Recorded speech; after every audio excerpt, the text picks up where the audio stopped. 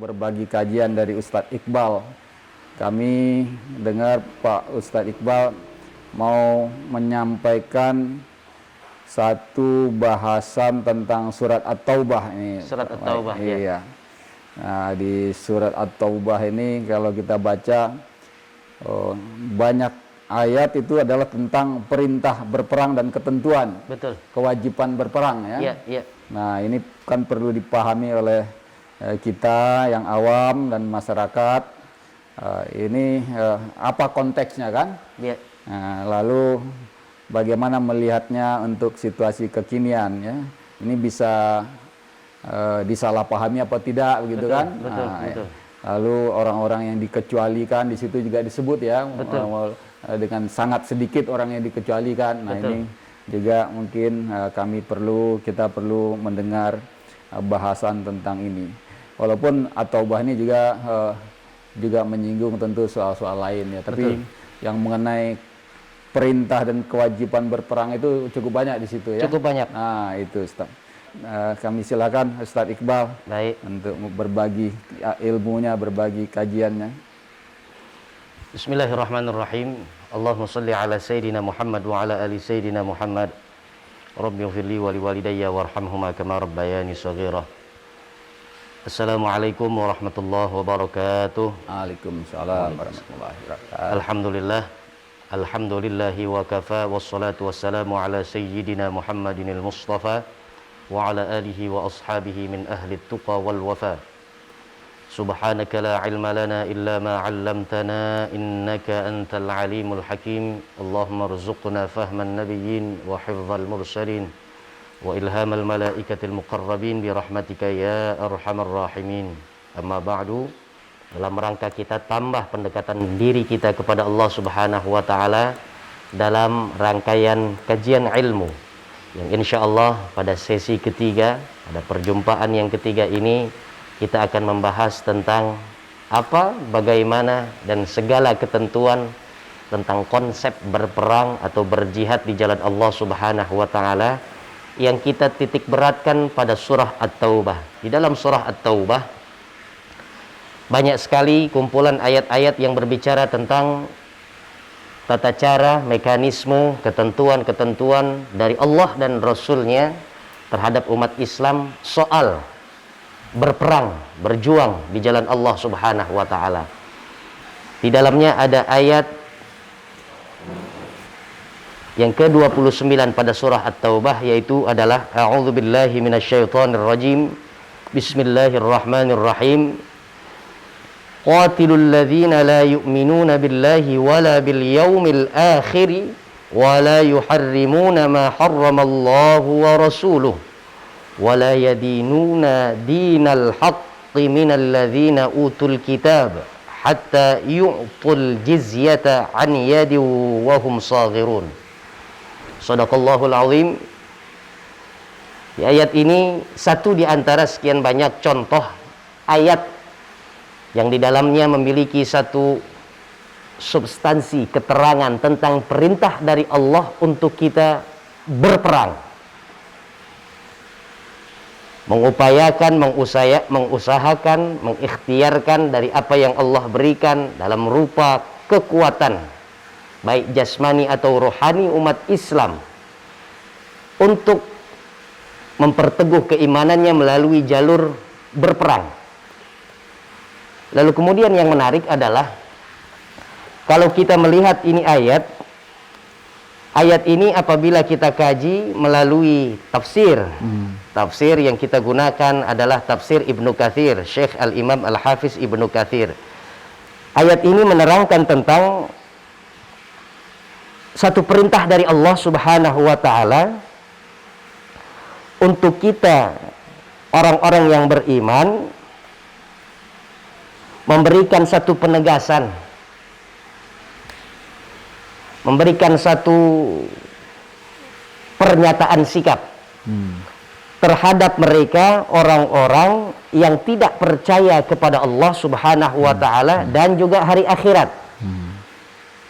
Dalam ketentuan ayat ini Allah Subhanahu wa taala mengatakan qatilul ladzina, perangilah orang-orang yang la yu'minuna billahi wala bil yaumil akhir, yang tidak percaya kepada Allah Subhanahu wa taala, di dalamnya tidak memiliki keimanan kepada Allah, wala bil yaumil akhir, dan tidak pula mereka mengimani hari akhirat atau hari kemudian. Wala yuharrimuna ma harramallahu wa rasuluh. Perhatikan bagaimana Allah memperinci, bagaimana Allah mendetailkan firman-Nya. Perintah Allah, perangilah mereka. Yang pertama orang yang tidak percaya kepadaku, orang yang tidak beriman kepadaku, kata Allah, orang yang tidak beriman tentang keputusanku adanya hari kiamat. Yang kedua, yang ketiga, mereka yang tidak mengharamkan apa yang telah aku haramkan. Dalam firman Allah secara tekstualnya adalah wala yuharrimuna ma harramallahu wa rasuluh.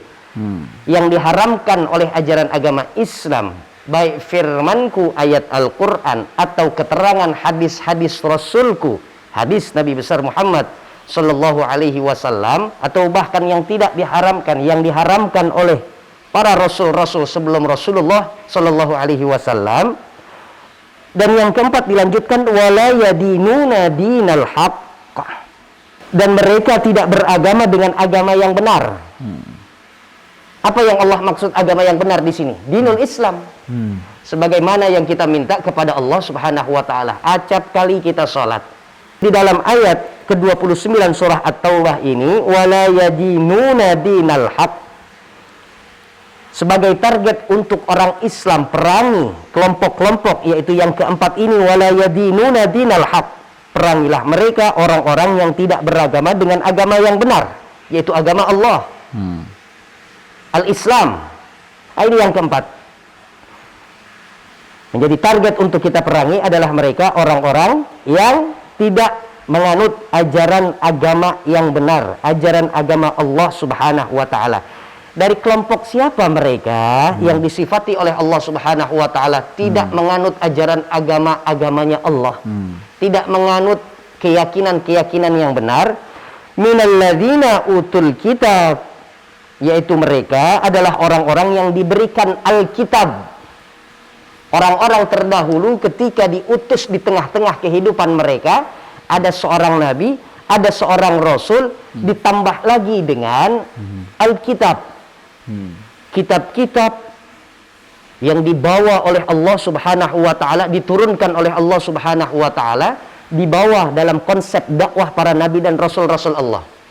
Yaitu mereka orang-orang yang Alkitab, yang diberikan oleh Allah Alkitab, hatta yu'tul jizyah, sampai keempat golongan ini dibebaskan oleh Allah. Artinya tidak diberlakukan lagi perintah Allah waqatilu, perangi mereka, sampai mereka membayar pajak.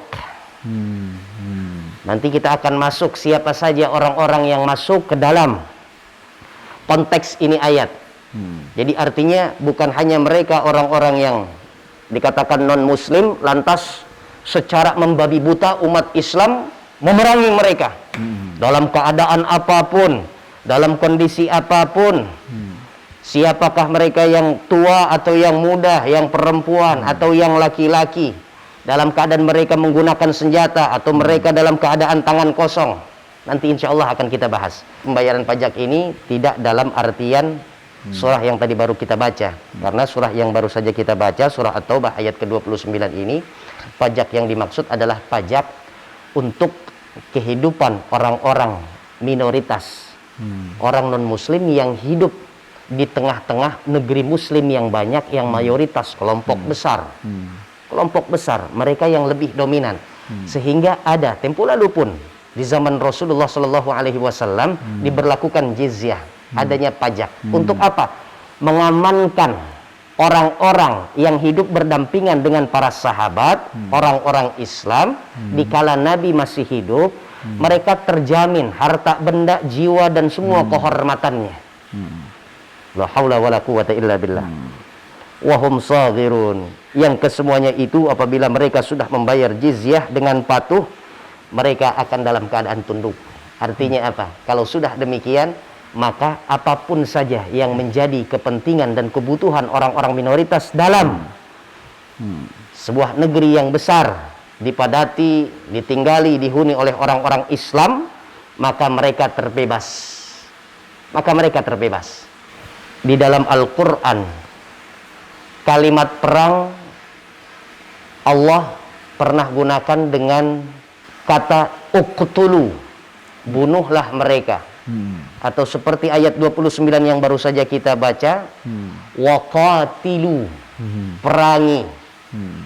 Adapun pada istilah yang lain, Allah gunakan kata wajahidu, berjihadlah kalian.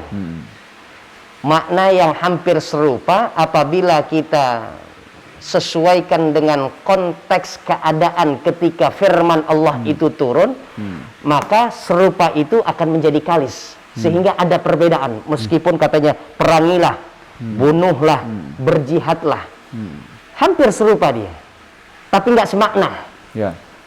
Karena itu bagi mereka orang-orang yang tiba-tiba saja harus dia melakukan aksi bom bunuh diri, saya bisa yakini, saya bisa katakan bahwa orang ini belum bisa menguasai apa yang dimaksud dengan padanan kata. Ada 15 ilmu. Apabila kita ingin menguasai tafsiran Al-Quran, maka 15 ini pula harus menjadi syarat untuk kita kuasai terlebih dahulu. Salah satunya adalah perubahan kata. Makna dari satu kata ke makna ke kata yang lain akan berpotensi perubahan makna itu terjadi.